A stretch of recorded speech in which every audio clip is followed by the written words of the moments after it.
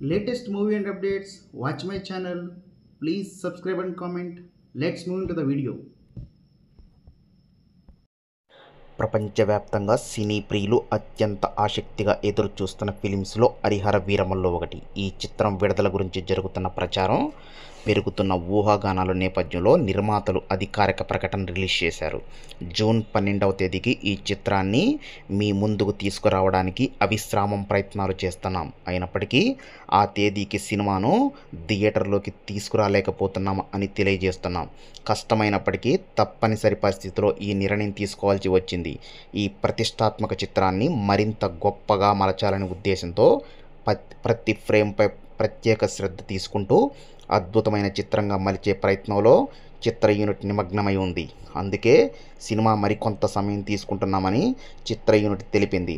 అలాగే సోషల్ మీడియాలో హరిహర వీరమల్లు గురించి చాలా వార్తలు వినిపిస్తున్నాయని, ఏదైనా వార్త తమ అఫీషియల్ హ్యాండిల్ నుంచి వస్తేనే అభిమానులు నమ్మాలని అన్నారు. ఈ చిత్రం ఒక అద్భుతమైన ప్రయాణం. వందల మంది కళాకారులు, సాంకేతిక నిపుణులు కలిసి వెండి తెరపై అద్భుతాన్ని క్రియేట్ చేయడానికి 24 గంటలు తమ శక్తికి మించి కృషి చేస్తున్నారు.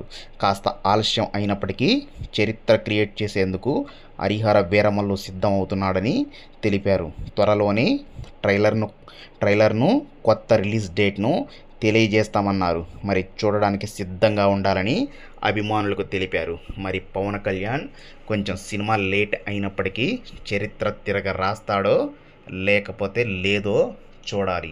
గబ్బర్ సింగ్ లాంటి సినిమా ఇంతవరకే పవన్ కళ్యాణ్ నుంచి చూడలేదు. కానీ ఈ సినిమా వేరే ట్రెండ్ లాగా కనిపిస్తుంది.